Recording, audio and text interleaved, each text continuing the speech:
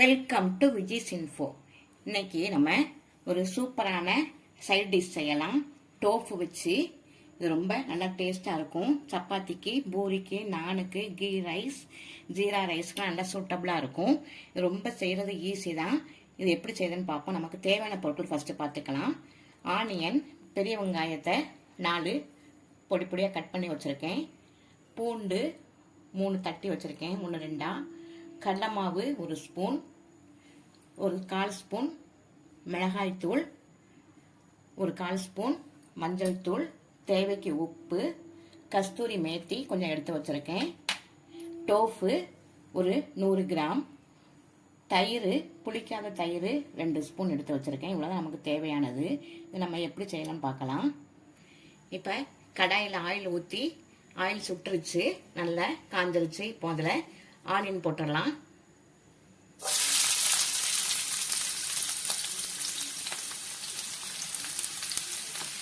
Onion சீக்கிரம் கொஞ்சம் வதங்கிறதுக்காக 2 உப்பை போட்டுருவேன்.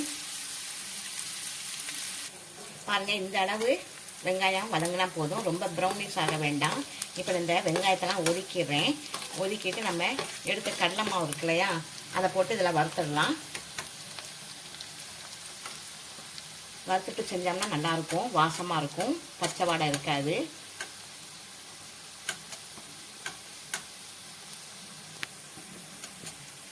இதிலேயே மிளகாத்தூளும் போட்டுடலாம்.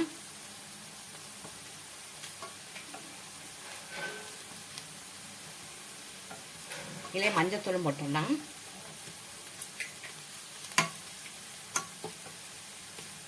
இதிலே பூண்டு இடித்து வச்சுருக்கோம்லே, அதையும் போட்டுடலாம். இப்போ எல்லாத்தையும் சேர்த்து நல்லா கலந்துடலாம். பன்னீர் உடம்புக்கு ரொம்ப நல்லது, டோஃபு உடம்புக்கு ரொம்ப நல்லது. இது நம்ம ஹை ப்ரோட்டீன் இருக்கிறதுனால வாரத்துக்கு ஒரு தடவையாவது நீங்கள் சேர்த்து பழகுங்க. அதே மாதிரி பன்னீரும் ரொம்ப நல்லது உடம்புக்கு. அதையும் வாரத்துக்கு ஒரு தடவையாவது நம்ம உடம்புக்கு சேர்த்தோம்னா நமக்கு உடம்புக்கு கிடைக்கிற ஹை ப்ரோட்டீன் நல்லா கிடச்சிரும். இப்போ நல்லா இதெல்லாம் வதங்கிருச்சு சேர்ந்து. இதில் நம்ம தேவைக்கு உப்பை போட்டுடலாம்.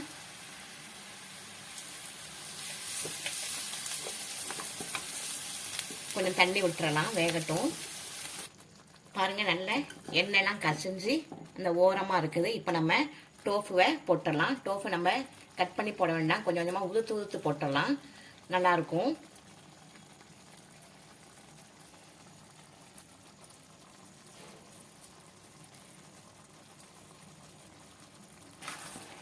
பாருங்கள், நல்ல கிரேவி நல்லா வச்சிருச்சு. நல்லா கார்னரில் ஃபுல்லாக ஆயில் வந்து நல்லா இருக்குது. பாருங்கள், டோஃபு நல்லா பொடி பொடியாக நம்ம போட்டிருக்கோம், அதனால் நல்லா டேஸ்ட்டாக இருக்கும். இப்போ நம்ம கஸ்தூரி மத்தி எடுத்து வச்சுருக்கோம் இல்லையா, அதையும் இதில் போட்டுடலாம்.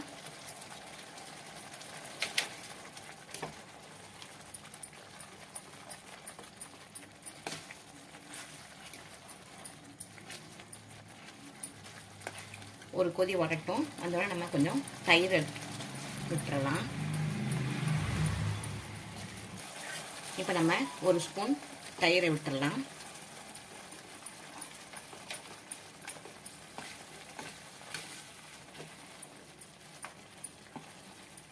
சூப்பராக நல்லா கலர்ஃபுல்லாக இருக்குது பாருங்கள். சப்பாத்திக்கெலாம் நல்லாயிருக்கும். சப்பாத்தி, நான், பூரி, ஜீரா ரைஸ் எல்லாத்துக்குமே ரொம்ப சூட்டபுளாக இருக்கும்.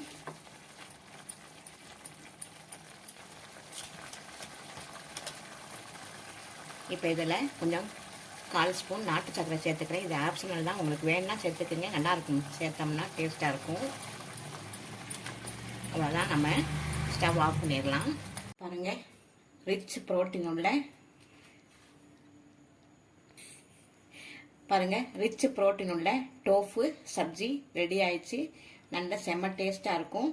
இது நான் அன்றைக்கி சப்பாத்தி தான் செஞ்சுருக்கேன். சப்பாத்திக்கு ரொம்ப நல்ல சூட்டபுளாக இருக்கும். இந்த பாருங்கள்,